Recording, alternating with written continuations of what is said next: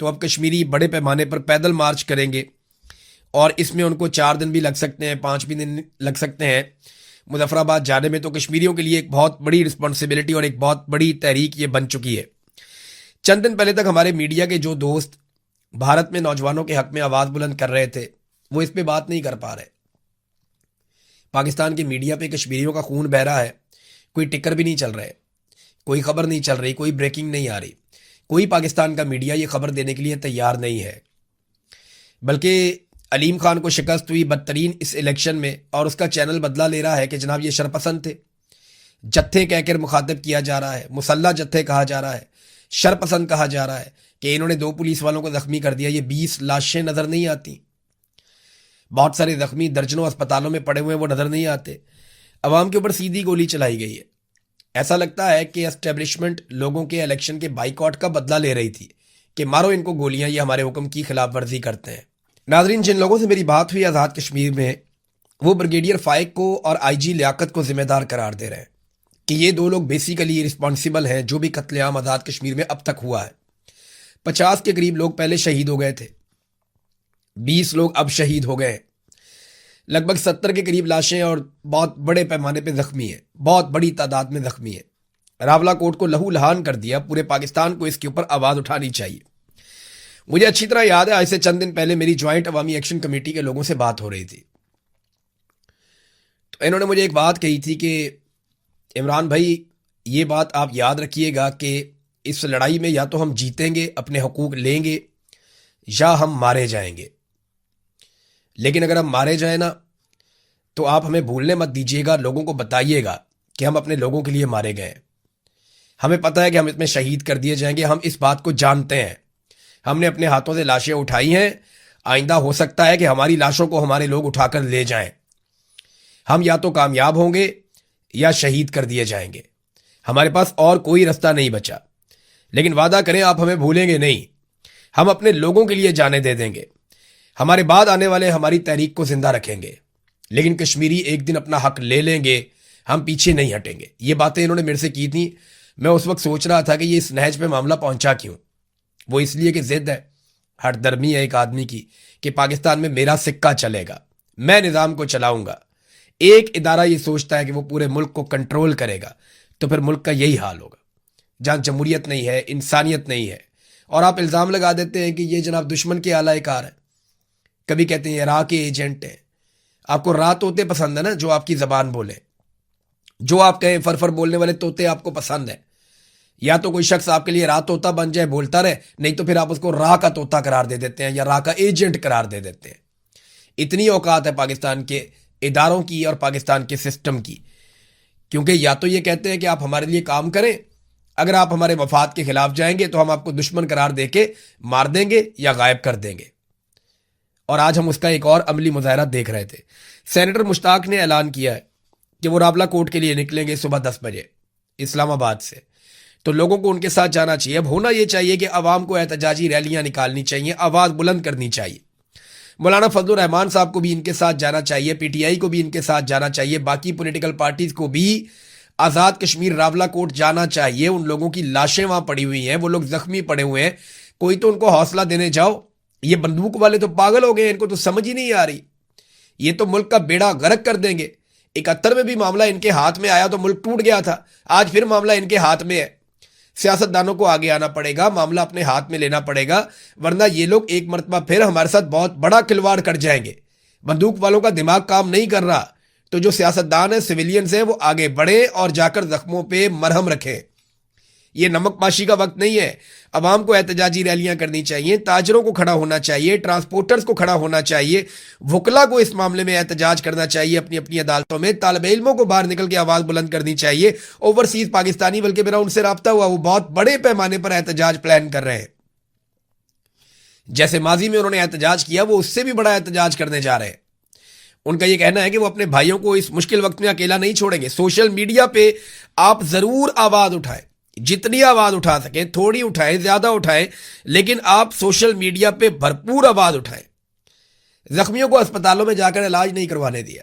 وہ جو زخمی لوگ اسپتالوں میں جاتے تھے، اسپتالوں کے اوپر بھی قبضہ کیا ہوا تھا کہ لازمی بات ہے ان کو گولیاں لگیں گی، زخمی ہوں گے، یہ اسپتالوں میں آئیں گے.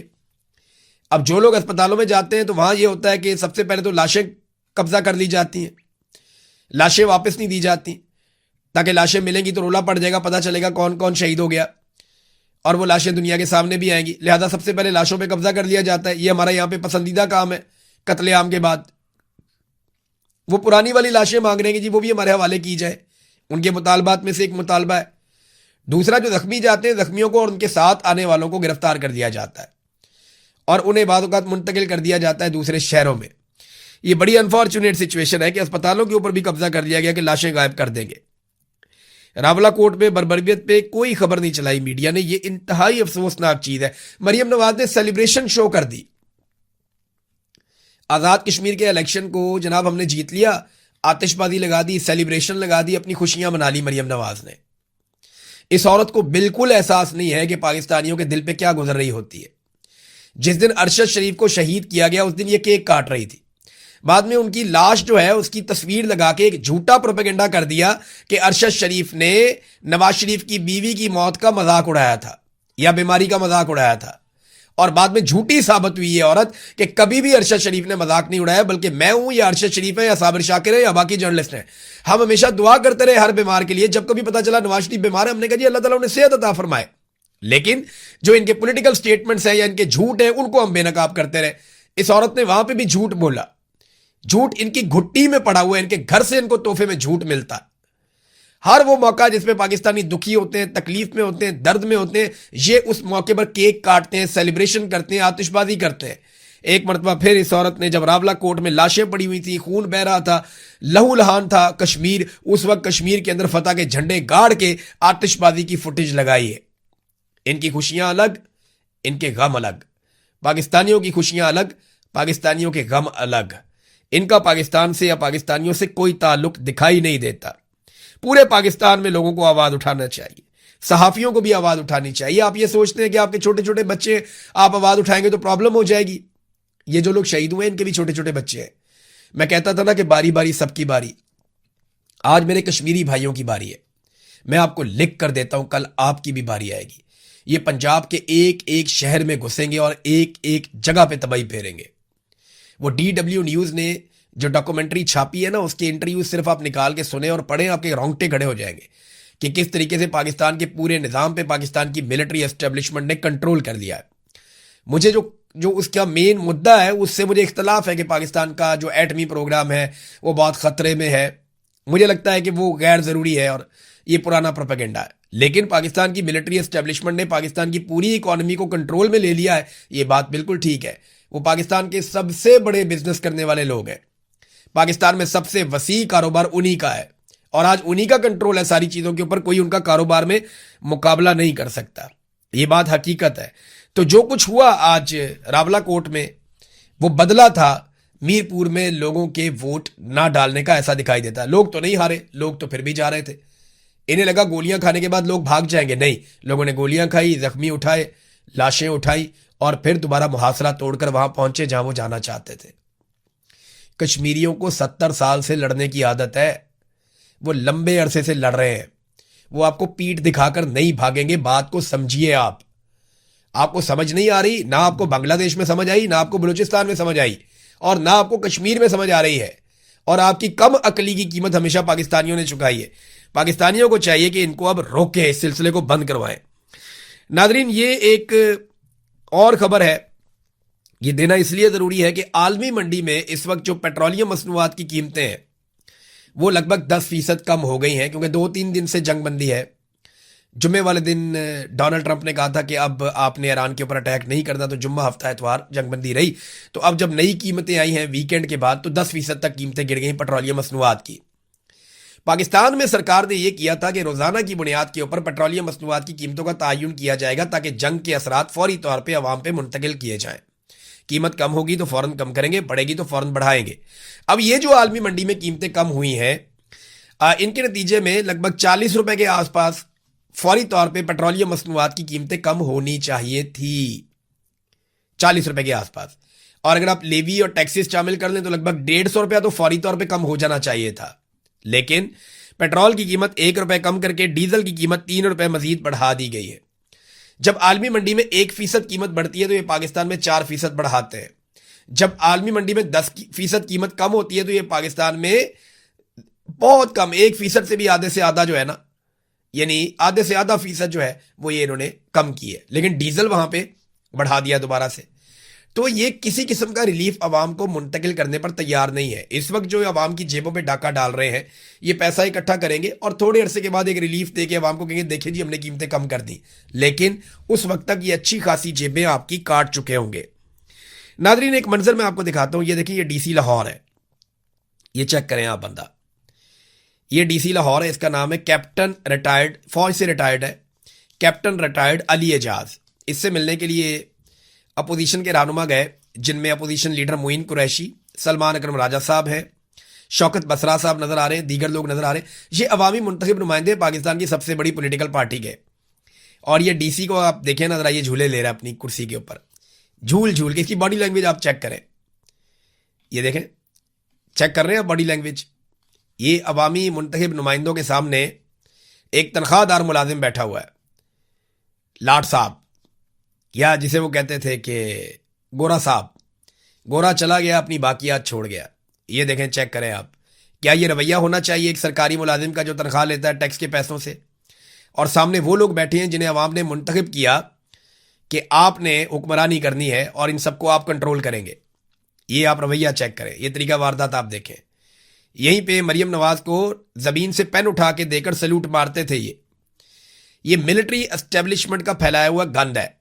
اب یہ بیچارہ ڈی سی اسی لیے یہ حرکتیں کر رہا ہے. اس کو پتا ہے کہ اگر میں ایسے کر کے یوں کر کے اگر میں یہ ایکشن نہیں لگاؤں گا تو کل کو جناب میری پیشی ہو جائے گی، مجھے ایجنسیاں بلا کے کہیں گی بھائی تم پاکستان تحریک انصاف کے لوگوں سے اچھے طریقے سے کیوں ملے. یہیں پہ اگر کوئی اور لوگ بیٹھے ہوتے تو آپ دیکھتے سامنے چائے کے کپ پڑے ہوئے ہوتے، باقاعدہ ان کی مہمان نوازی کر رہے ہوتے اور بڑے ادب کے ساتھ بیٹھا ہوا ہوتا، اور وہ جاری بھی کر دیتا ہے NOC کے جناب آپ جلسہ کر لیں. 5 اگست کا جلسہ ہے، پی ٹی آئی کو کہاں اجازت مل رہی ہے تو ہم سب جانتے ہیں. ناظرین سہیل آفریدی کا ایک پیغام بھی آ گیا، اور یہ جو پیغام سہیل آفریدی نے دیا اس نے کہا جی 5 اگست کو شام 6 بجے پشاور ٹول پلازا پہ ہم فیصلہ کن جلسہ کریں گے. اور سہیل آفریدی نے کہا کہ یہ جلسہ سیمی فائنل ہے اور فائنل جو ہے وہ اس کے بعد ہوگا، اور بڑے اہم اعلانات ہیں جو پاکستان تحریک انصاف کرے گی. اور پھر انہوں نے بتایا کہ عمران خان صاحب بشرا بی بی کی صحت بہت تشویشناک ہے، انہیں آئسولیشن میں رکھا گیا ہے، ملاقاتیں بند کر دی گئی ہیں. یہ وہ ساری چیزیں جو ہم پہلے سے جانتے ہیں. مقدمات کا کیا حال ہے وہ بھی ہم پہلے سے جانتے ہیں. انہوں نے بتایا، انہوں نے کہا میں عمران خان کا نمائندہ ہوں، عوام نے عمران خان کے نام پر ووٹ دیا. خیبر پختونخوا میں ان کا ویژن نافذ کرنا عوام کا مینڈیٹ ہے. تمام آئینی اور قانونی رستے اختیار کرنے کے بعد احتجاج ہی واحد رستہ بچا ہے. 2 سال سے احتجاج نہیں کیا، پھر بھی ملاقاتوں پر پابندی برقرار ہے. تو اب انہیں احتجاج کرنا ہوگا. وہ کہہ رہے ہیں جس کی ہم تیاری کر رہے ہیں.